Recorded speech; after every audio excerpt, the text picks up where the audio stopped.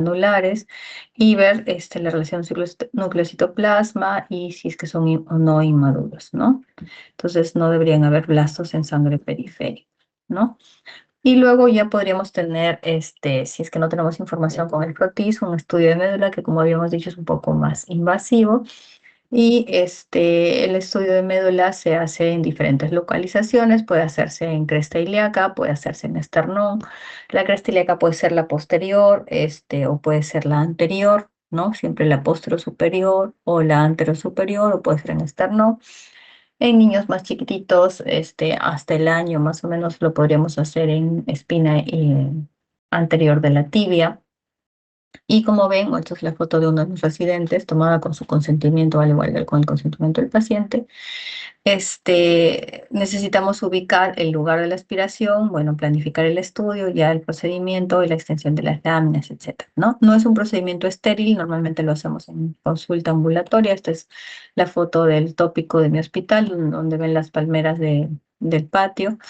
El paciente está recostado, generalmente lo hacemos en cresta ilíaca posterior superior, con anestesia local. No sé si se logra ver bien acá, pero bueno, este paciente tenía un tema en piel, ¿no? Como pueden ver aquí, ¿no? Pese a eso, igual hicimos el frotis, se hace la limpieza respectiva, ¿no? Se ubica el lugar y perdón, el extendido medular, pese a eso hicimos el extendido medular, el frotis medular, e hicimos la punción en esa zona. Lo que nos dice que no tenemos una contraindicación absoluta para realizar el estudio medular. La mayoría son relativas, ¿no? La única contraindicación absoluta es que el paciente se niegue al procedimiento, ¿no? Pero si no se puede hacer en cresta, puede hacerse en otro lugar del cuerpo, ¿no? Lo que necesitamos es, bueno, las láminas. Vamos a ver si es que solo vamos a hacer el extendido medular o vamos a tomar muestras para otras cosas, como tubos de citometría de flujo o tubos para cariotipo, ¿no? O para medios de cultivo, ¿no? El material es un material sencillo, ¿no? Necesitamos los guantes, la anestesia local, nuestras láminas, las gasas, la silocaína, y bueno, preparamos nuestra mesa ¿no? Y bueno, las agujas. Lo ideal es contar con una aguja propia para el aspirado, ¿no? Pero si no hubiera una aguja de aspirado, podríamos utilizar una aguja, como ven acá. Esta es una aguja de punción lumbar, ¿no? Es una aguja espinal para punción lumbar. Hay de diferentes calibres. Esta es la 20, la que nosotros utilizamos para médula es esta, la 18, que es más gruesa, que sin ser una aguja propiamente para un estudio medular, puede cumplir el fin correspondiente, ¿no? Si es que no la tengo a disposición esta o es muy costosa, podría reemplazarla, ¿no? La firma el consentimiento que ya les comenté, que es básica. Y bueno, para el procedimiento, bueno, infiltramos anestesia local, ¿no? En el lugar de la punción, y luego introducimos la aguja, ahí, ¿no? Y tomamos las muestras. Lo más importante es que tengamos una muestra adecuada, como podemos ver acá, con estos como grumos que hay aquí, que son la presencia de los progenitores hematopoyéticos agrupados en un solo lugar, que se llaman espículas. Esto, es una buena muestra, ¿no? Tenemos una buena muestra. Debe ser luego extendida, como ven acá, y finalmente lo que tenemos es, ¿no? El extendido medular, ¿no? Para luego secarlo, igual entre 3 a 5 minutos. Generalmente dejamos pasar 30 por lo menos para que seque bien, y luego colorear, ¿no? Y luego esto se ve al microscopio, ¿no?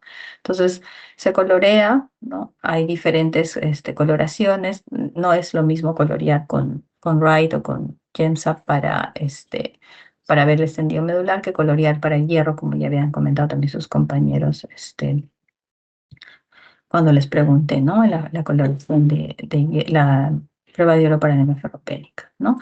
Y luego, bueno, ya hace el informe de microscopía, ¿no? Se ve al microscopio y se informa.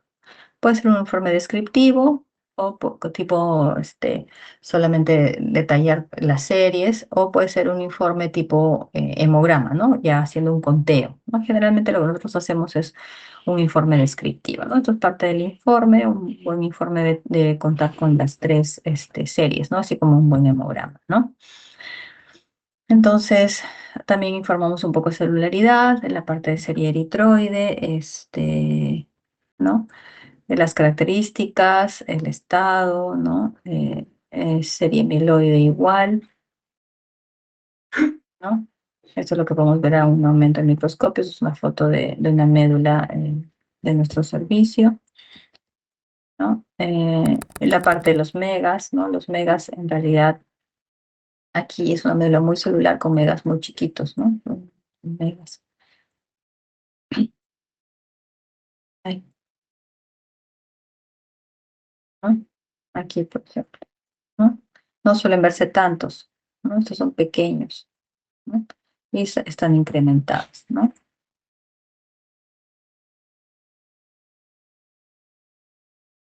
La parte de los linfocitos y las células plasmáticas, ¿no? Estas son células plasmáticas, por ejemplo, aquí ven una célula plasmática nucleada, esto es un mieloma, ¿no? Entonces, todos son iguales, ¿no? Y todas son células plasmáticas, ¿no? Entonces, hacer el conteo, ¿no? Para determinar el porcentaje. Y lo que decíamos, ¿no? El depósito de hierro. El depósito de hierro tiene que tener una coloración especial, o sea, reservo una lámina para colorear hierro con la coloración de fluorocenuro de potasio y ácido clorhídrico y luego la contratinción en safranina, que sería lo ideal para ver sideroblastos en anillo, pero reservo una coloración, una lámina para esta coloración y ver si efectivamente tengo hierro medular presente, ¿no? Bueno, de ahí es el reporte, ¿no? Y eso es. Ahora, la biopsia. La médula hemos dicho que puede hacerse en esternón, puede hacerse en crestas, tanto anteriores como posteriores, ilíacas, y en espina anterior de tibia. La biopsia solo la puedo hacer en crestas, ¿no? Anteriores y posteriores. Ahí ven una figura de la posición anatómica de la cresta y necesito una aguja especial, ¿no? La aguja de médula que va a contener, bueno, la parte propiamente de la aguja y la guía. Como ven, la guía sobresale, tiene un corte piramidal, ¿no? Un corte piramidal para precisamente horadar el hueso y luego se retira la guía y entra ya la aguja sola, ¿no? Entonces, el fragmento tejido óseo extraído, que debe ser más o menos de 1 centímetro para que tenga utilidad en anatomía patológica, ¿no? Y se manda al patólogo y el patólogo ya la procesa y nos da el reporte, ¿no? Tiene que descalcificarse, ¿no? Se pone en un frasquito con formol y se manda a patología, se tiene que descalcificar, luego pasa a los cortes y a la coloración y el patólogo nos reporta. La biopsia nos importa mucho porque nos da la cantidad de celularidad, es el único elemento que nos da la celularidad medular. Y con eso, más adelante, como vamos a ver las otras clases, vamos a definir de repente hipoplasias o aplasias medulares, ¿no? Otro examen que tenemos en hematología es la citometría de flujo o el inmunofenotipo, que es una prueba especializada que puede hacerse de casi cualquier líquido corporal. Básicamente lo utilizamos con sangre periférica, sangre medular, líquido cefalorraquídeo. Y es una muestra que va a un analizador automatizado que nosotros pasamos a una computadora, donde por un mecanismo de fluorocromos, que marcan la muestra en complemento con el software de la máquina, pasan por un haz de luz donde literalmente son escaneadas célula por célula para determinar las características de cada una de ellas. Está pasando por el visor óptico acoplado que tiene la máquina, ingresa a este haz de luz y finalmente nos va a decir qué tipo de célula tengo, ¿no? Entonces, más o menos, este es el principio de espectrofotometría que cumple el citómetro. Tiene varios sistemas, ¿no? Tiene el sistema electrónico, el sistema óptico, que se encuentran integrados en base a esto, ¿no? Entonces, digamos en sencillo, lo que hace la citometría es determinar la célula, su complejidad, tanto su granularidad interna como la complejidad de su membrana nuclear y su membrana celular, marcan los fluorocromos propios para el proceso madurativo que tenga cada célula, ¿no? Entonces, esto es lo que les decía, ¿no? Entonces pasan por el haz de luz, por esta boquilla, ¿no? La idea es alinear estas células para que pasen por esta cámara o haz de luz y poder tipificarlas, ¿no? Bueno, entonces hay una serie de láseres que nos ayudan a que esta luz se disperse y nos den características que ya les comenté, ¿no? Que van a estar previamente coloreadas o marcadas con los reactivos que yo necesito para tipificar la célula de acuerdo a la sospecha clínica, ¿no? O sea, yo no le puedo mandar al citometrista, ya, hazme una citometría, el citometrista me dice, ¿y de qué está sospechando? Porque no es lo mismo una célula, ay, perdón, un glóbulo, ay, ¿dónde está? Un glóbulo rojo, que un glóbulo blanco marcan diferentes, proteínas en su superficie de membrana celular y de membrana nuclear. Entonces tú me tienes que decir de qué estás sospechando. ¿Estás sospechando de una leucemia? Bueno, usarías mi panel leucemia con los CDs respectivos para eso. ¿Estás sospechando, no sé, de un mieloproliferativo crónico? Bueno, ¿de qué mieloproliferativo? ¿No? Entonces, este... básicamente eso, ¿no? Y estas células, como tienen diferente tamaño y diferente complejidad, digamos, en el plano cartesiano, por decirlo de alguna manera, se van a ubicar de acuerdo a su complejidad y a su tamaño en diferentes lugares típicos, ¿no? Entonces, los linfocitos digamos, se ubican en este lugar del plano cartesiano, los monocitos aquí, los granulocitos aquí, los linfocitos se ubican por acá. Entonces, si yo tengo lo normal como esto, obviamente me va a dar el analizador una imagen similar con poblaciones anormales que debo de reconocer, tipificar, ¿no? Este, entonces, básicamente esos son los exámenes hematológicos más importantes. Obviamente, esto hace unidad clínica y tiene una relación directa con los otros exámenes de práctica rutinaria para llegar a un diagnóstico, ¿no? Entonces, eso es un poco lo de los exámenes. No sé si tienen alguna pregunta.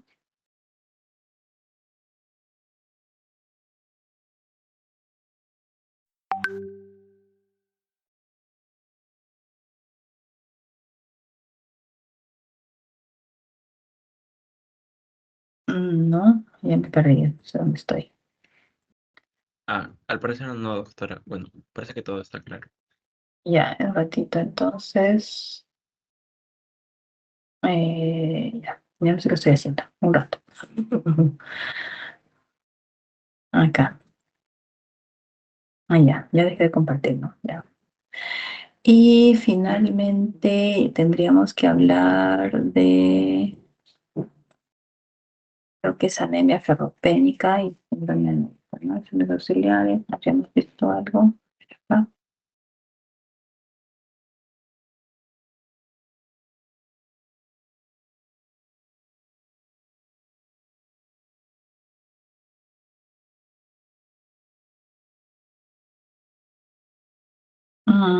Ya, vamos a ver.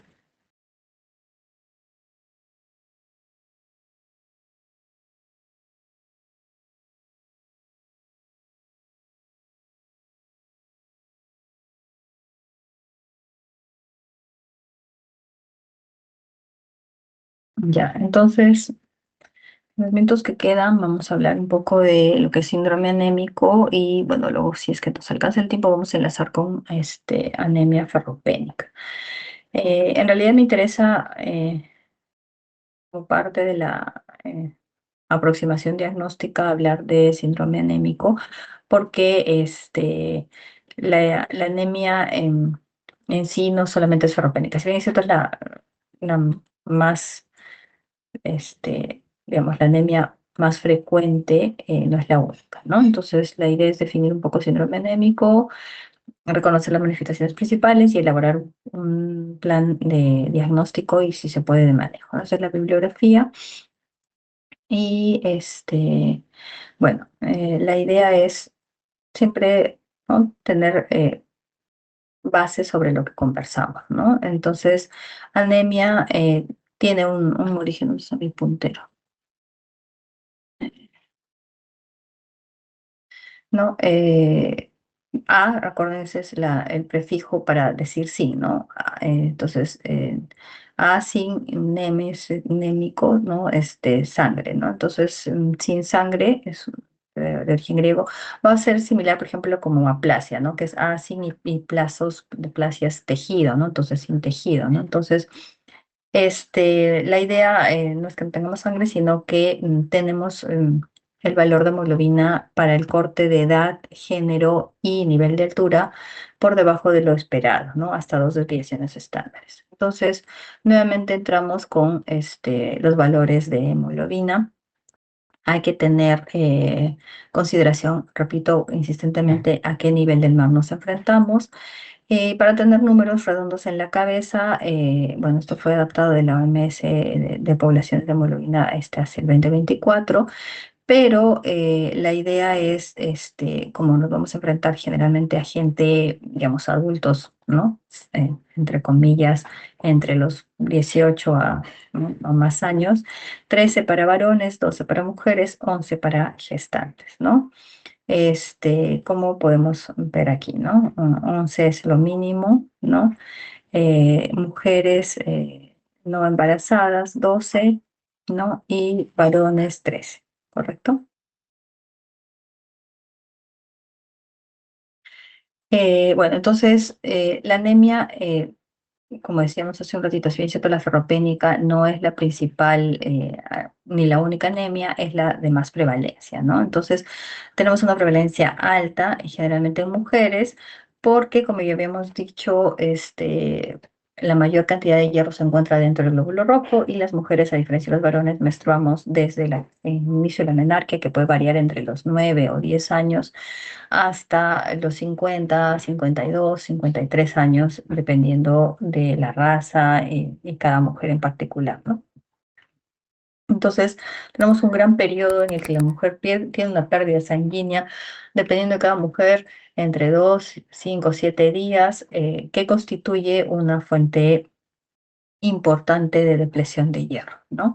Entonces, esto se ve incrementado en algunos grupos etarios, sobre todo, por ejemplo, en las embarazadas. Bueno, las embarazadas ya no reglan, pero tienen mayor necesidad de ingesta de hierro, que no siempre se cumplen dependiendo de la situación o condición en la que se encuentran, ¿no?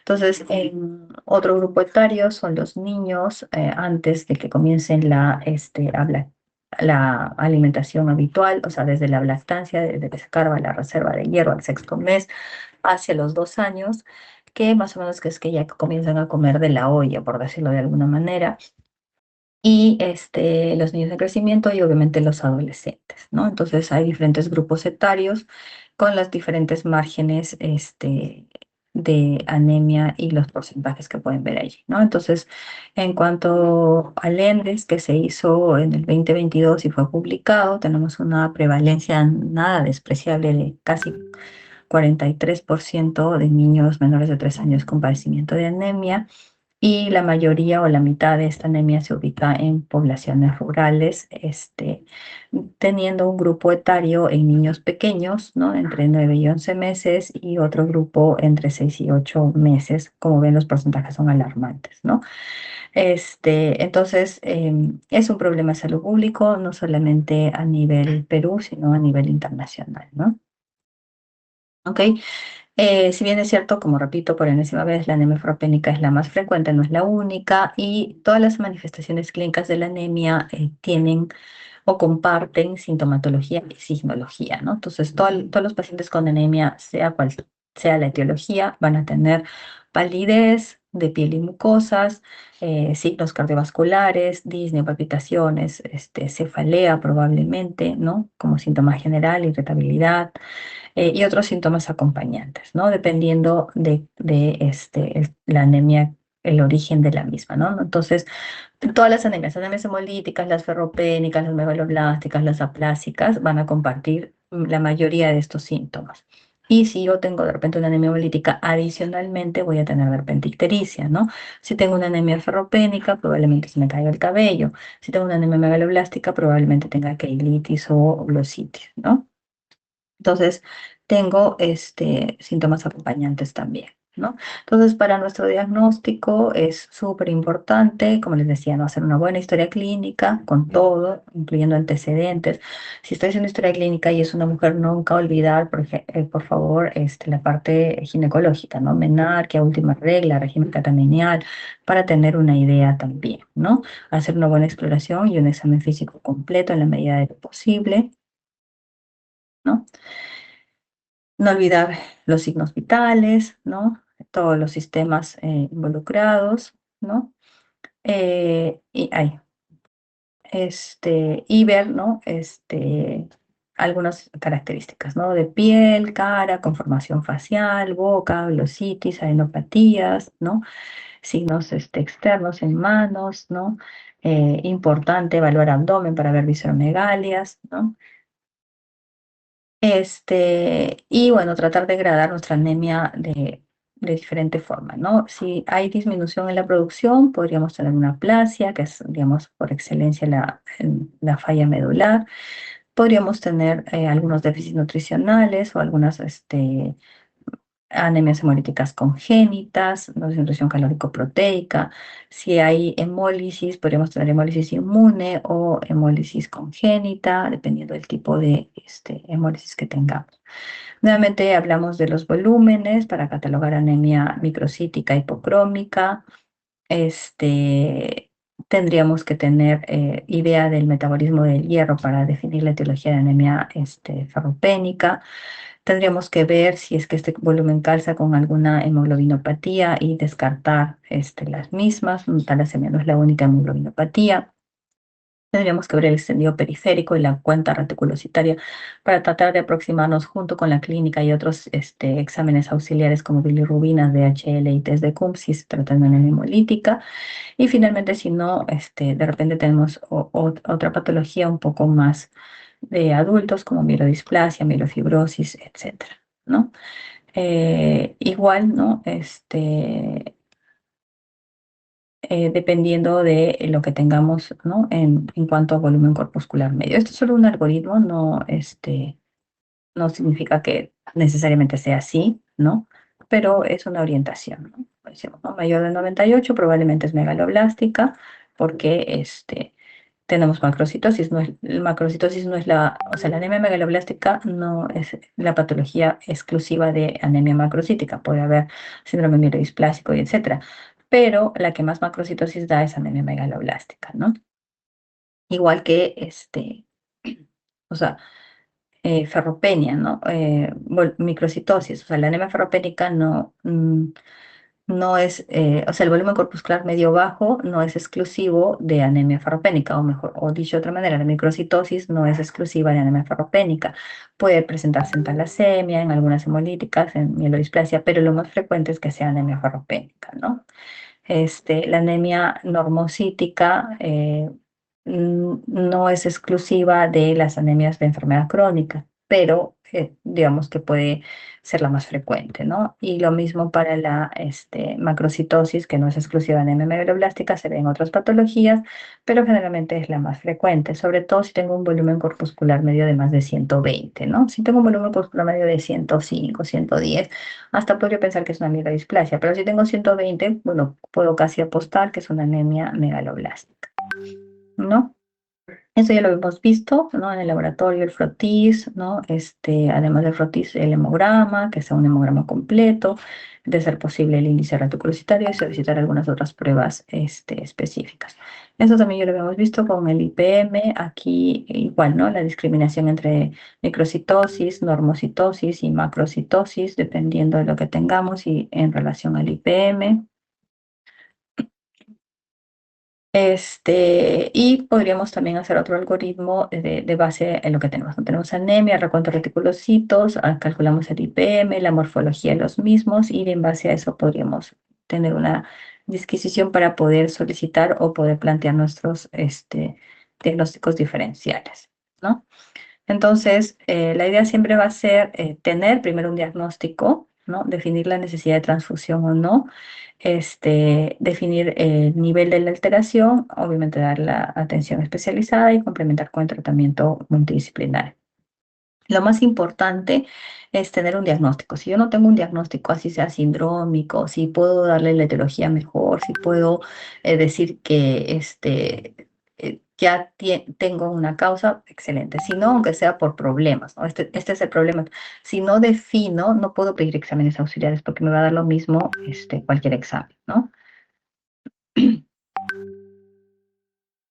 Entonces, como hemos visto, existen diferentes tipos de anemia. La sintomatología suele compartir sintomatología común y dependiendo de el origen de la anemia, probablemente varíe esa sintomatología, ¿no? Entonces, lo más importante es un diagnóstico adecuado para en base a eso esgrimir las pruebas auxiliares y poder tener una aproximación adecuada con nuestro paciente. ¿Ok? ¿Hasta ahí alguna pregunta?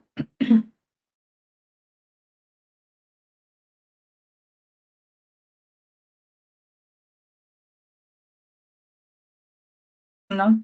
Ya, y entonces ya para finalizar, de anemia propénica.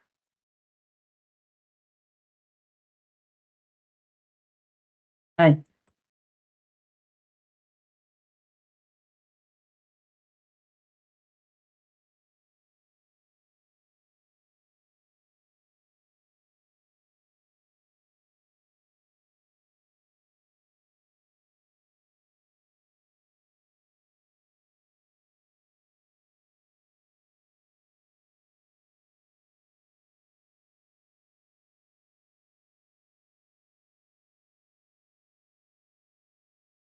Doctora, cuéntame. eh, una consulta, bueno, es sobre el primer caso, es una duda de que tú eres el primer caso de ese niño que Ajá.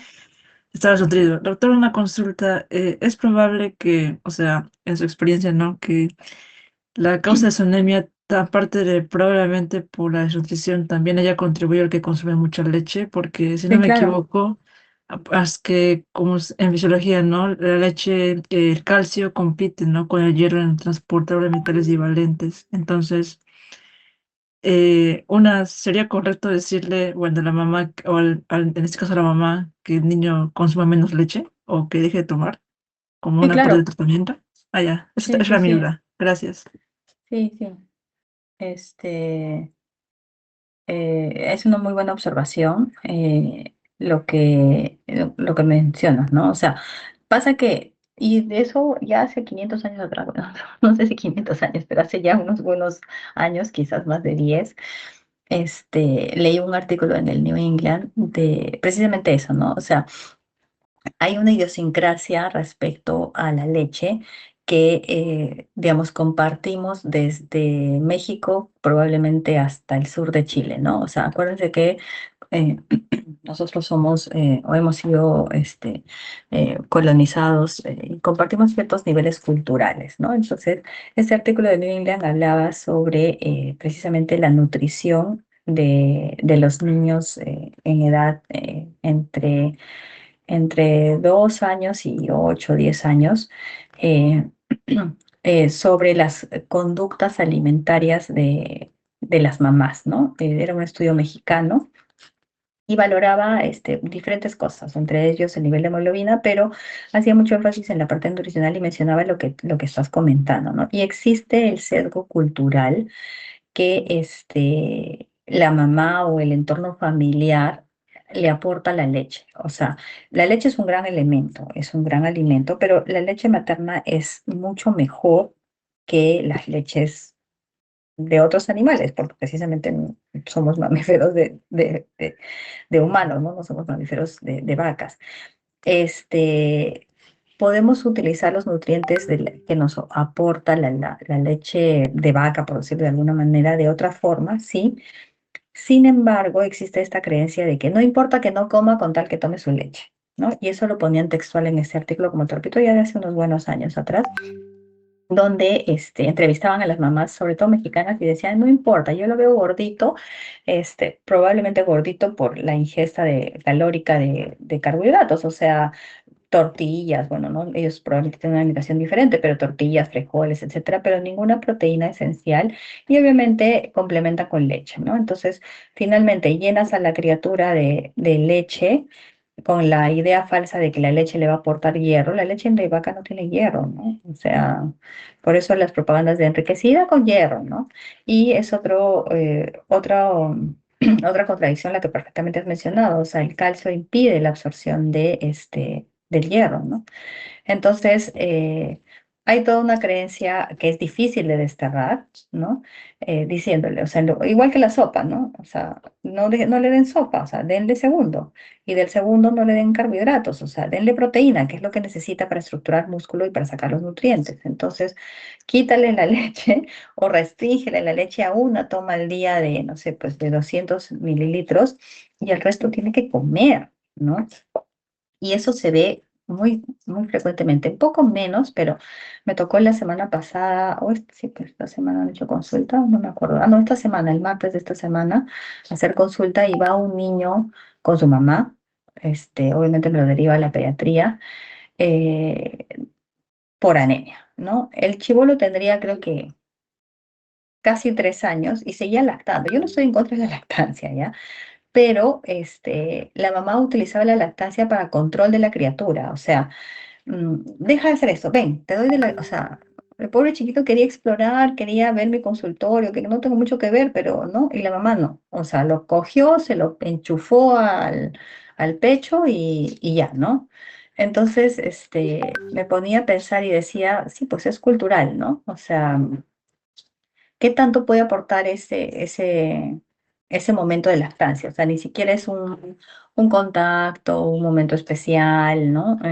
O sea, es un poco, ya estate quieto, ¿no? Entonces, hay muchas cosas por modificar, ¿no? Y es una buena observación. Obviamente, no hay que pelearse con el paciente ni chocar contra sus creencias, porque si no, te ganas un enemigo y probablemente el paciente nunca más regrese. Y más allá que no regrese, o sea, probablemente no cumpla tus indicaciones y no mejore, ¿no? O sea, entonces hay que decirlo de una manera como ustedes también bien mencionaban al inicio, adecuada, pues, ¿no? Para que el familiar o el paciente comprenda que lo hacemos por su bienestar, ¿no?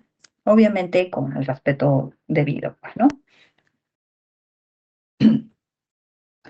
Ok, bueno, luego del preámbulo, anemia ferropénica, los objetivos, ¿no? Ah, bueno, eso era para cuando trabajamos en las sesiones clínicas en clase presencial o cuando hay más tiempo para dividirlos en grupos. Pero básicamente es parecido a lo que hicimos la clase pasada, ¿no? Entonces, a ver, vamos a analizarlo todos. Ay, no, este no es, está mi acá. Ay, ya. 45 años, empresaria, no patologías de importancia. 10 minutos, sensación de mareo, falta de aire y palpitaciones post-esfuerzo, subir escaleras. Entonces, es una mujer de 45 años que está en su oficina, se malogró el ascensor, estaba lleno, no sé qué, sube 3 pisos y llega a su oficina. Normalmente no subía, pero en ese momento llega, ¿no? Apurada, entre comillas, post-esfuerzo, nota palpitaciones, nota falta de aire y refiere que los compañeros de trabajo la notan pálida, en ese momento la hacen sentar, un poco como que recupere el aire, y la mandan al tópico de su empresa, pues, ¿no? O sea, tópico de enfermería, la enfermera reporta taquicardia al reposo y, bueno, normotensa, ¿no? Entonces ya luego va a la consulta y se le veía con palidez moderada, el cabello opaco, la piel seca y el resto no tenía mayor, importancia. Ay, ¿dónde está? Eso de no tener mouse. Ya, ay, acá. Uy, no se ve nada. Acá. Entonces, bueno, se le preguntan algunas cosas y pues, en edad reproductiva lo más probable es que tenga una anemia ferropénica. Y este es el examen que nos trae, ¿no? Tenemos una anemia moderada, 7,8. Acá tenemos los valores de normalidad. Aquí no es 12, 5, 12. No pongamos un valor superior, por favor, solamente un valor mínimo. Y tenemos, como habíamos comentado, microcitosis, hipocromía, ¿no? 64 de volumen corpuscular medio y 18 de hemoglobina corpuscular media, ¿no? Bastante microcítica y bastante hipocrómica. Con eso, lo más probable es que tengamos una anemia ferropénica. Lo más probable, digo, por el corte de edad, ¿no? La sintomatología, ¿no? Podría ser una anemia de tipo talasemia, sí, pero con ese corte de edad probablemente nos hubiéramos dado cuenta antes, ¿no? Entonces, esta es una situación clínica 2. Una mujer similar, sin antecedentes de importancia, un poco menor, 2 meses, sensación de dolor abdominal, mal definido y una sensación de bulto en el abdomen. Taquicárdica al reposo, hipotensa al reposo, muy pálida, ¿no? No hay enopatías, pero hay una masa sólida en abdomen superior importante, ¿no? Ahí. Este es el hemograma, no se ve muy bien, pero para que vean los valores de hemoglobina. 2 de hemoglobina, ¿no? Microcítica hipocrómica, no tanto como la anterior, pero bastante importante. Leucocitos normales, ¿no? La fórmula leucocitaria está dentro de límites normales. Bueno, esto no nos importa tanto, pero está un TP largo y unas plaquetas normales, ¿no? Entonces, tenemos una anemia severa, ¿no? Microcítica hipocrómica, eh, probablemente producto de sangrado. Y la situación clínica 3, una persona más joven, sin antecedentes de importancia, un día, mareo, desvanecimiento, va por emergencia, 2 semanas de actividad física, sufre un esguince, porta una férula de yeso y tiene el antecedente de haber consumido AINES en esas 2 semanas de forma crónica para regular el dolor. Pálido marcadamente, no hay enopatías ni visceromegalias y hay dolor en la palpación en epigastrio de manera de palpación superficial, ¿no? Y este es el examen de este jovencito que nos llegó con 4 de hemoglobina, ¿no? Hematocrito 18, leucocitos normales, no tenemos, acá están los volúmenes, ¿no? 56 y 14 bastante disminuidos, ¿no? Entonces son 3 situaciones clínicas que nos hablan de anemia ferropénica probablemente, ¿no? La primera quizás por menometrorragias, no tenemos más datos, pero habría que hacer una anamnesis un poco más dirigida. La segunda probablemente por este tumor que está haciendo pérdidas digestivas. Y la tercera probablemente por una úlcera en sistema digestivo que cause pérdida continua de hierro, ¿no? Eso ya lo han visto ustedes la clase pasada, ustedes mismos lo han hecho en base a los casos clínicos que tuvimos, pero un poco para recordar nuestro metabolismo del hierro, ¿no? Se absorbe no en el estómago, sino en la primera porción del intestino, bajo una forma de sal ferrosa, ¿no? Las sales férricas no pueden ser incorporadas a la absorción y eso hay que tenerlo en consideración para nuestro tratamiento, ¿no? Eh, bueno, luego la absorción va a sufrir diferentes circuitos o mecanismos, de acuerdo a lo que ustedes ya también expusieron la vez pasada. Hay una parte que va a transportarse, luego a los eritroblastos, luego al hígado, y finalmente una parte que puede ser ya excretada. Es la célula duodenal, donde hay diferentes mecanismos de incorporación. Es importante tener en consideración el transportador de metales divalente y el proceso de incorporación de hierro a la célula yeyunal.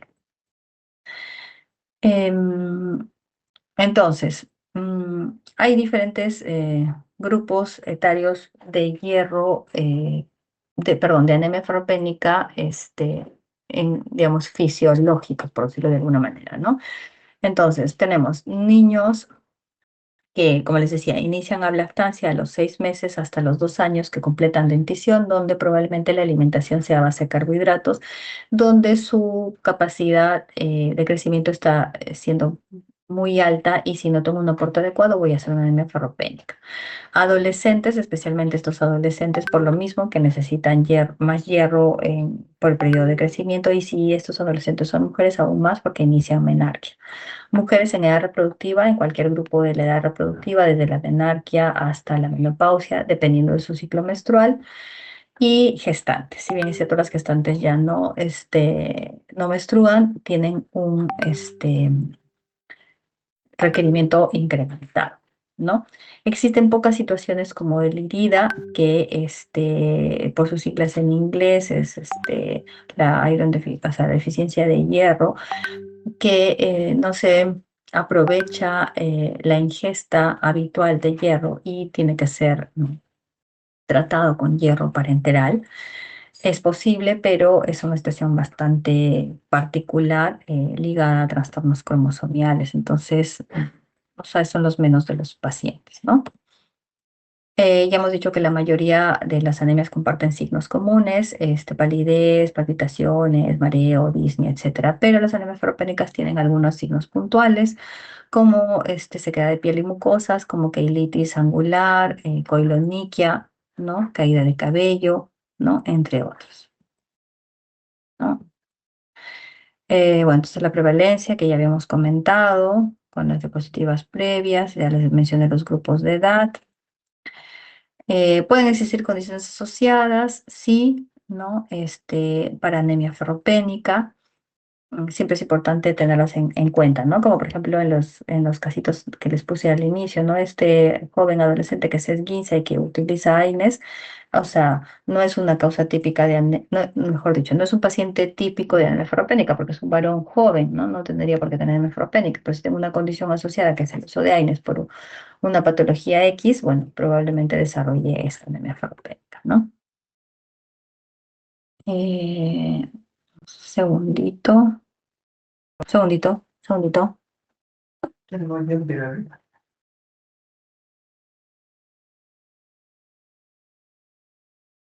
Ya, ok. Eh, este, bueno, entonces la clínica va a estar relacionada con el nivel de anemia y el tiempo de la misma, ¿no? Como les decía, no es lo mismo tener una mujer que sangra todos los meses y pierde cierta cantidad y que va normalizando y adaptando su fisiología a la pérdida que de repente tener una pérdida brusca, ¿no? Entonces, vamos a tener palidez, ¿no? Vamos a tener cansancio, fatiga, disnea, ¿no? Pobre concentración mental. Dependiendo de lo que tengamos, vamos a tener también palpitaciones, hipotensión, ¿no? Obviamente hay que hacer la anamnesis y preguntar este flujo en si es mujer, ¿no? Y dependiendo de lo que también tengamos en cuanto a periodo de tiempo, podemos tener además menor concentración mental, ¿no?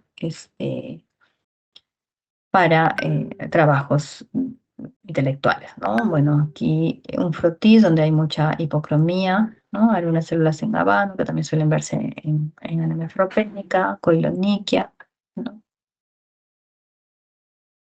Y bueno, eh, efectuar el diagnóstico, digamos que este es otro algoritmo, ¿no? O sea, nos ayuda un poco, pero lo más importante es la historia clínica, el examen físico, tener en consideración los valores adecuados, idealmente pedir el perfil o metabolismo del hierro, recordar los valores, ¿no? De ferritina que pueden variar bastante, ¿no? Eh, esperar que no haya proceso inflamatorio, ¿no? Y relacionar nuestros niveles del metabolismo de hierro como ferritina, saturación, el total binding, con los valores de hemoglobina que tenemos y hacer un match, ¿no? Y finalmente lo que ya también ustedes comentaron, ¿no? Catalogar si es una anemia leve, moderada, microcítica, ¿no? Normocrómica, microcítica hipocrómica, ¿no?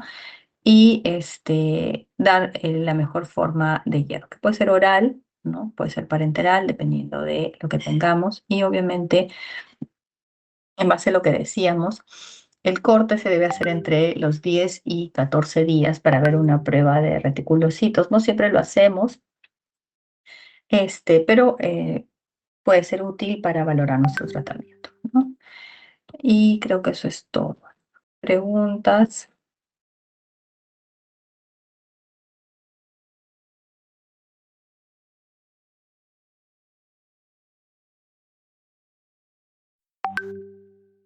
¿No? Ya. Bueno, entonces,